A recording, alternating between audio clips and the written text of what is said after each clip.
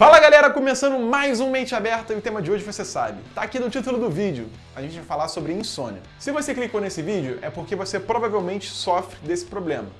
E eu vou até me arriscar aqui, você provavelmente não está conseguindo dormir nesse exato momento. Mas eu já vou logo me adiantando. Aqui eu vou dar definições gerais de como você pode fazer para dormir melhor. Mas a insônia pode ser o sintoma de doenças mais graves, como a apneia do sono, o transtorno de ansiedade generalizada e até mesmo a depressão. Ao persistirem os sintomas, um médico deverá ser consultado e, de preferência, um especializado nas doenças do sono. Então, sem mais delongas, roda a vinheta e vamos pro vídeo.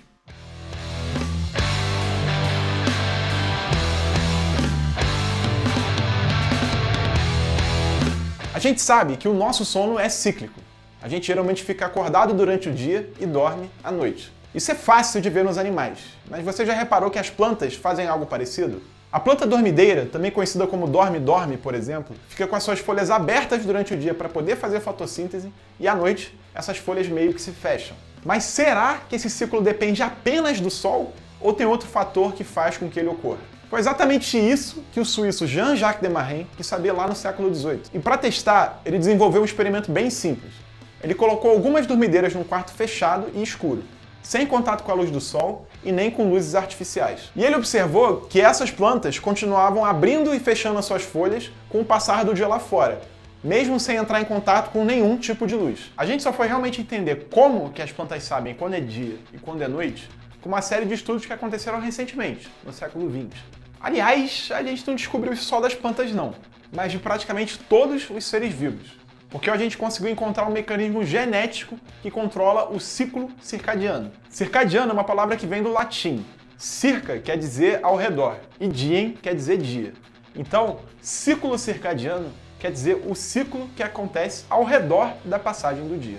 Esses três pesquisadores americanos queriam entender melhor as alterações nos ciclos de sono e vigília das drosófilas, que são as moscas da fruta. E depois de décadas tentando destrinchar esse mistério, eles finalmente encontraram o gene responsável por isso. É o gene PER, também conhecido como gene PER, que é o responsável pela produção da proteína período. É exatamente a quantidade dessa proteína período dentro das células que diz para o nosso corpo se está de dia ou se está de noite. Se tem pouca proteína lá dentro, a nossa célula interpreta isso como se a gente tivesse que ficar acordado, como se a gente tivesse que ficar em estado de vigília. Agora, se tem muita proteína lá dentro, a nossa célula vai interpretar isso como se a gente tivesse que ir dormir, como se a gente tivesse que começar a nossa fase de sono. É uma relação invertida. Aliás, essas descobertas renderam aos pesquisadores o Prêmio Nobel da Medicina de 2017. Como eu já tinha dito, esse gene não é só das plantas e nem só das moscas, mas ele é de praticamente todos os seres vivos, incluindo a gente, os seres humanos. Isso quer dizer, então, que existe um reloginho genético dentro da gente que é responsável por dizer se está de dia ou se está de noite. Mas e se a gente fosse agora para Tóquio? O que ia acontecer? Se esse relógio não se adaptasse, se ele continuasse no horário do Brasil, a gente ia ter sempre sono no horário que a gente tem aqui no Brasil. E isso não faz muito sentido. É porque, na verdade, essa regulação, essa adaptação do nosso relógio interno vai depender da luz, como a gente já tinha falado no começo do vídeo. E ainda mais especificamente, ela vai depender muito da luz que a gente enxerga como azul, a luz que está dentro do espectro azul. Sem essa luz azul, a gente vai perder a nossa adaptação fina em relação às mudanças do dia e da noite. Mas além disso, sem essa regulação, a gente vai viver um ciclo de 26 horas, como demonstrou o alemão Jürgen Aschoff. E o que fez o Jürgen? Ele achou voluntários humanos para um experimento meio maluco. Cada cobaia moraria durante 30 dias em um kitnet, dentro de um bunker, sem contato com a luz do sol, sem contato com calendários, sem contato com relógios e sem contato com outros seres humanos, em completo e total isolamento. E não, ele não deixou as pessoas lá no escuro, como o Jean-Jacques fez com as plantas. Até porque isso seria tortura, né? Não seria mais um experimento científico. Mas para avaliar se a mudança de luminosidade faria efeito no ciclo circadiano, ele deixou as luzes das kitnets ligadas durante 24 horas por dia. Isso fez com que as pessoas desajustassem os ciclos delas em relação aos dias lá fora. Elas passaram a viver como se o dia tivesse 26 horas. Ou seja, elas passaram a perceber que o dia tinha 2 horas a mais do que ele realmente tem. Com essas 2 horas a mais, elas passaram a esticar um pouco mais o dia delas. Ou seja, elas foram dormindo cada vez mais tarde. até que elas inverteram completamente o ciclo delas. Enquanto lá fora estava de dia, as pessoas estavam dormindo. E enquanto lá fora estava de noite, as pessoas estavam completamente acordadas. E a gente está quase na metade do vídeo e você não falou de um neurônio? Como assim esse é o canal Mente Aberta? Como assim esse é um canal sobre neurociência? Calma, vou falar de neurônio e vou falar de neurônio agora. Mas se você chegou até aqui, é sinal de que está gostando do conteúdo. Então, se você quiser, deixa seu like aqui embaixo para ajudar na divulgação do vídeo.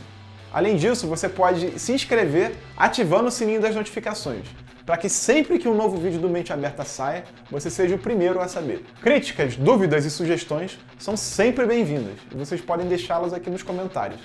Lá, eu também vou deixar as referências de todos os artigos e livros que eu utilizei para fazer esse vídeo. Então, como que é feita essa regulação?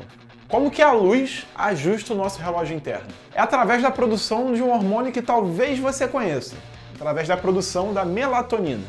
Mas como que ela é produzida? Lá no fundo do nosso olho, a gente tem a retina, que é um tecido com vários tipos de células sensíveis à luz. As mais famosas são os cones e os bastonetes, que fazem a gente enxergar. Mas lá também tem os gânglios retinianos fotossensíveis. Cada gânglio desse é formado por um grupo de vários neurônios que se ativam na presença da luz. E como eu já tinha meio que adiantado antes, eles se ativam mais na presença de luz no espectro azul. Quando isso acontece, essa informação de que o neurônio viu a luz vai viajar até o hipotálamo. Mais especificamente, ela vai viajar até um núcleo supraquiasmático dentro do hipotálamo. Lá, a informação de que a gente viu a luz vai se espalhar pelo hipotálamo, e ele, por sua vez, vai controlar uma série de ciclos circadianos do nosso corpo, como, por exemplo, a nossa temperatura, a nossa pressão arterial e o nosso sono, é claro. Saindo do hipotálamo, essa informação vai fazer um caminho cheio de desvios até chegar na famosa glândula pineal. Na verdade, a glândula pineal quer produzir melatonina o tempo todo. Ela só para quando o hipotálamo fala para ela que a gente enxergou luz. Ou seja, se você estiver num lugar escuro, a melatonina vai ser produzida sem restrições e vai começar a atuar nos seus receptores MT1 e MT2, induzindo a gente a ficar com sono e fazendo com que nosso ciclo tenha 24 horas e não 26. Agora que já entendemos o que faz a gente dormir, o que pode impedir a gente de cair no sono? O que pode causar a insônia? E antes de eu começar a explicar, eu vou ter que dar uma definição rápida. Porque a insônia pode ser tanto a dificuldade de cair no sono, quanto a dificuldade de completar o seu sono. Ou seja, você está acordando antes do que você queria e ficando cansado ao longo do dia por conta disso. Aqui eu vou focar mais nas pessoas que têm dificuldade para pegar no sono, porque é o tipo de insônia mais comum. Mas tenha noção disso. Se você está acordando mais cedo do que você queria, você também tem insônia. A primeira coisa que fica clara é a seguinte. Se você ficar com todas as suas luzes de casa acesas, você vai fazer exatamente o que o Jürgen fez com as suas cobaias lá no bunker. Seu dia vai passar a ter um ciclo de 26 horas e você vai ter 2 horas a mais no seu dia percebido. E com essas 2 horas a mais, você provavelmente vai esticar o seu dia e vai dormir 2 horas depois do horário que você deveria dormir. Se isso se mantém, a cada dia que passa, você vai atrasando cada vez mais o seu horário de dormir, até que você vai inverter o dia pela noite. Então, a primeira dica que eu te dou é a seguinte: apague as luzes da sua casa depois que escurecer, especialmente aquelas luzes mais fortes, tipo as luzes de teto e as luzes de parede. Tente usar umas luzes mais fracas, tipo essas luzes de abajur, para não reduzir tanto a produção de melatonina pela glândula pineal. Ah, mas eu desliguei todas as luzes da minha casa, fiquei lá deitado, rolando na cama e não consegui dormir. Bom, aí a gente já passa por um problema um pouco diferente, um problema mais psicológico. Durante a nossa vida, a gente vai ter dias que a gente está mais ansioso e não vai conseguir dormir. É normal. Às vezes é nosso primeiro dia numa escola nova, às vezes a gente vai ter uma entrevista de emprego, coisas estressantes mesmo. Você vai ter insônia. O problema não é que você vai ter insônia nesse dia, isoladamente. O problema é que nesses momentos você desenvolve maus hábitos. E que maus hábitos são esses? Ir para a cama com os nossos problemas do dia seguinte na cabeça e ficar lá na cama rolando sem sono durante horas. Se a gente faz isso todo dia que estamos estressados, a gente passa a associar a nossa cama com um local de estresse, com um local ruim. E aí, mesmo num dia que a gente não estiver estressado, a gente vai associar o ato de tentar dormir com algo estressante. E isso vai ser péssimo para o sono. Para evitar que isso aconteça, você pode fazer o seguinte: tá estressado com alguma coisa que vai acontecer no dia seguinte? escreve isso num papel e deixa esse papel do lado da cama, fazendo um esforço mental para dizer o seguinte: esses problemas eu resolvo amanhã, agora está na hora de dormir. Deitou na cama e não está conseguindo dormir? Sai dela e só volta quando você achar que tiver com sono suficiente para poder dormir de novo. Assim, via de regra, se você não conseguir dormir em 20 minutos, você já pode sair da sua cama e fazer outra coisa. Não usa sua cama para ver série, não usa ela para ler e muito menos para comer, né? A sua cama é lugar de dormir. Tá bom, vai. Dá para fazer uma coisa mais interessante na sua cama. Mas essa é a única exceção que a gente pode abrir. Até porque você está associando sua cama a uma coisa bem gostosa. Ah, mas eu só pego no sono vendo série. Bom, eu também. Eu tenho esse péssimo hábito. Mas ele não tem me atrapalhado a dormir. Se você dorme bem assim, beleza. Mas se a gente voltar a ter insônia, vamos combinar de parar de assistir série deitado, ok? E por último, as drogas. Listas e listas que supostamente ajudam a gente a dormir. Os benzodiazepínicos, como o Rivotril, e seus análogos, seus primos farmacológicos, como o Zolpidem, eles até ajudam você a pegar no sono, mas eles diminuem a quantidade de sono REM que você tem durante a noite. E se você assistiu o vídeo do Mente Aberta sobre paralisia do sono, você sabe da importância do sono REM para a consolidação das memórias. Ou seja, se você usa essas drogas, você pode ficar mais esquecido. Tem outras drogas que muita gente usa para dormir que fazem exatamente a mesma coisa.